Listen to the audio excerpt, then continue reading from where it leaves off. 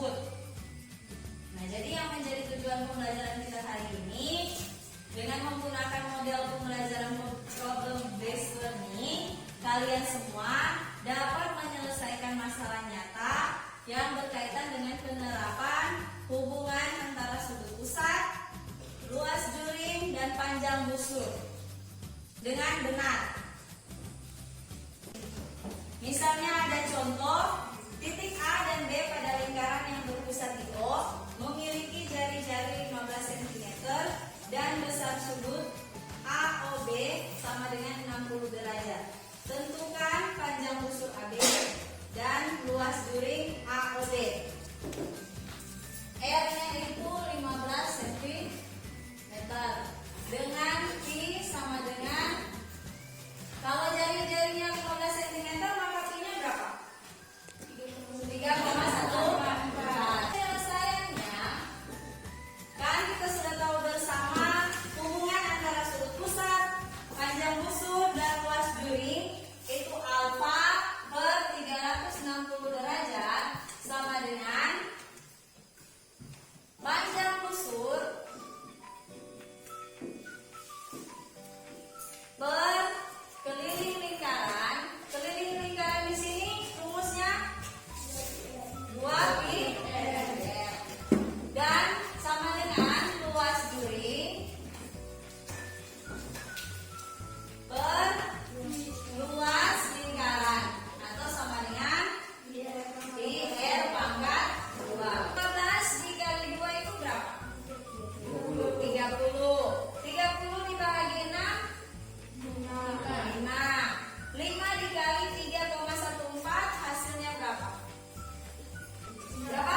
15,7. Itu langsung di sini saja. 15,7 cm.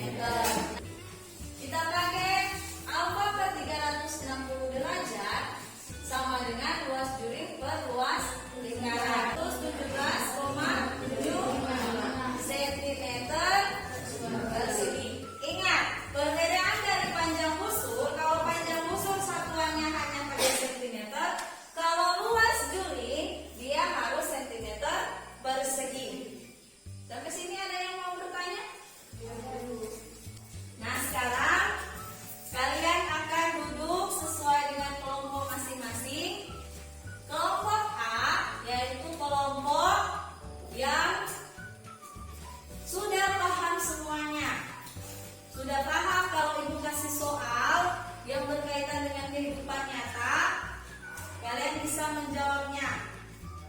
Kemudian kalau kelompok B itu sudah paham, tapi untuk kalau misalnya dikaitkan dengan kehidupan nyata itu masih belum bisa mengerjakan. Dan kalau kelompok C itu dari penjelasan ibu yang tadi kemungkinan besar semuanya itu masih ada yang tidak mengerti, mau penerapan rumusnya atau mau untuk menyelesaikan soal. Jadi silakan berkelompok sesuai dengan kemampuan masing-masing. Bagikan lembar kerja sesuai dengan kelompok masing-masing. Ini untuk kelompok A dan ini kelompok B. Ini untuk kelompok C. Jadi di situ silakan tulis nama kelompok. Nah, di sini kan tadi sudah dapat 10,7. Berarti jadi panjang busur AB isi lagi di sini. Itu sudah ada.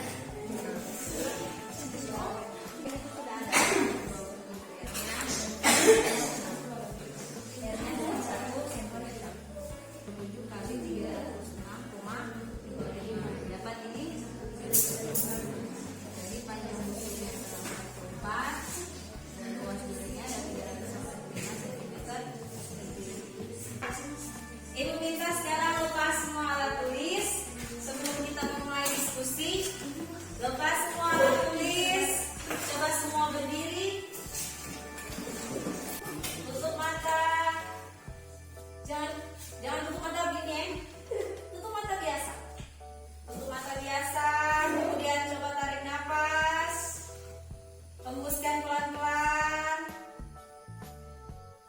napas lagi. Hembuskan pelan-pelan. Pikirkan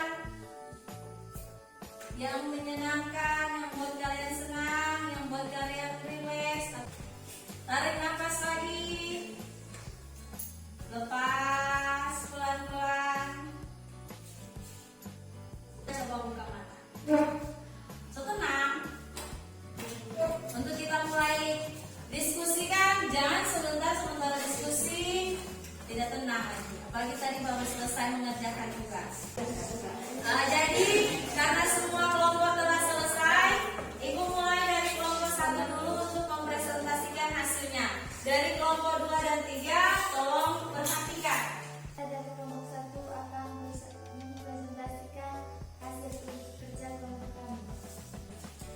Total harga kain 11,088 kali 52.500 rupiah sama dengan 582.120 rupiah.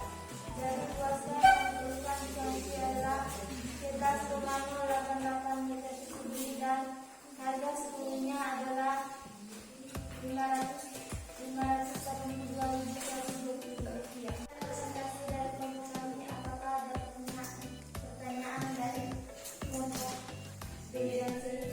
Pertanyaan kami dari kelompok 3 sebuah pertanyaan. Kenapa untuk mencari harga kain dikali dengan 52.500? Karena harga kain adalah 52.500. Dikali dengan 52.500. Kenapa 52.500? Karena harga 1 meter kain dia harganya adalah 52.500. Dari pelajaran tadi, jadi kita tadi telah belajar tentang apa materinya? Ada luas juring, ada luas lingkaran, pusat, panjang busur, dan luas juring. Nah, hubungannya itu yaitu alfa per 360 derajat sama dengan panjang busur per lingkaran sama dengan luas juring per luas lingkaran. Cara itu akan memberikan angket. Nanti isi angketnya dengan jujur. Jadi sesuai dengan yang kalian rasakan. Nama, kelas, dan hari tanggal hari ini. Bisa mengerti?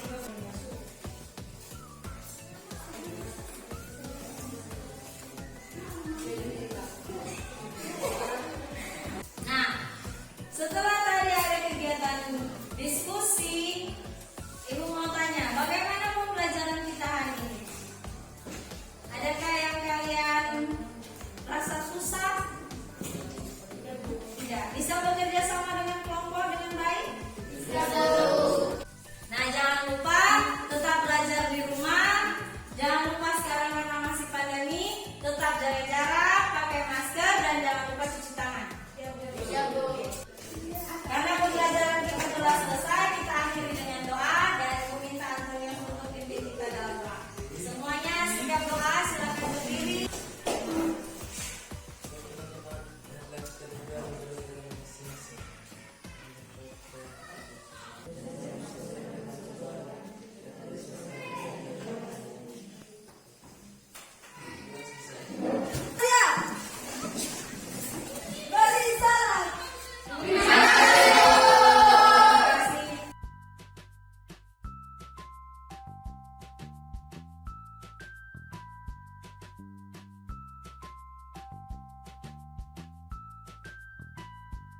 Pembelajaran sosial emosional melatih saya sebagai seorang individu dan khususnya guru untuk dapat mengolah emosi dengan baik serta dapat terus fokus dan tenang dalam menghadapi masalah, khususnya dalam bidang pekerjaan menjadi seorang guru, memiliki empati dengan orang lain dan dapat membuat atau mengambil keputusan yang bertanggung jawab. Perasaan yang saya rasakan selama melakukan perencanaan yaitu semangat dan senang karena telah merencanakan suatu pembelajaran yang berdiferensiasi dan juga pembelajaran yang menerapkan teknik sosial dan emosional. Walaupun dalam tahap pelaksanaannya ada sedikit kendala yang dihadapi, namun tidak menyurutkan niat dan tekad untuk melaksanakan pembelajaran tersebut. Kendala yang dihadapi adalah dalam RPP sebelumnya, guru telah menyiapkan RPP dengan menggunakan media PowerPoint, namun karena satu dan lain hal tidak dapat digunakan. Dengan waktu yang terbatas untuk mencari alat peraga atau kipas yang terbuat dari kain, terpaksa guru membuat kipas dari kertas. Dan pembelajaran dengan menggunakan teknik KSE dan berdiferensiasi tetap terlaksana. Banyak hal ke depannya yang perlu dipersiapkan dengan baik dan matang oleh guru, seperti media, pembelajaran, angket yang memperhatikan pembelajaran kompetensi sosial dan emosional, dan menerapkan lebih banyak lagi teknik KSE dalam pembelajaran dan teknik-teknik KSE yang lain, serta dapat melakukan pemetaan kebutuhan siswa, bukan hanya berdasarkan tingkat kesiapan siswa, tapi juga berdasarkan minat siswa atau profil belajar murid. Ada pengalaman masa lalu, saya sebagai guru terkadang tidak bisa mengendalikan emosi atau rasa marah kepada siswa, apalagi siswa yang nakal atau tidak membuat PR, dan langsung memberi hukuman kepada mereka. Tapi dengan mengikuti guru penggerak yang mengajarkan kita guru untuk tidak memberikan hukuman kepada siswa, namun membiasakan budaya disiplin positif kepada siswa, dan juga pembelajaran sosial dan emosional yang mengajarkan kita untuk dapat mengelola emosi, merubah pola pikir dan sikap saya dalam menghadapi siswa bermasalah saat ini. Saya sudah tidak langsung marah dan memberikan hukuman, namun belajar mengajarkan siswa untuk belajar budaya disiplin positif yang sesuai juga dengan harapan saya sebagai seorang guru yang ingin menjadikan siswa-siswa saya berprestasi, berkarakter baik, dan memiliki akhlak yang baik. Pembelajaran ini sangat berguna untuk para guru dan juga siswa agar ke depannya bukan hanya guru, melainkan siswa juga dapat mengolah emosi masing-masing, berempati dengan orang lain, serta dapat mengambil keputusan yang bertanggung jawab sehingga dapat terwujud pembelajaran yang aman, nyaman, dan menyenangkan.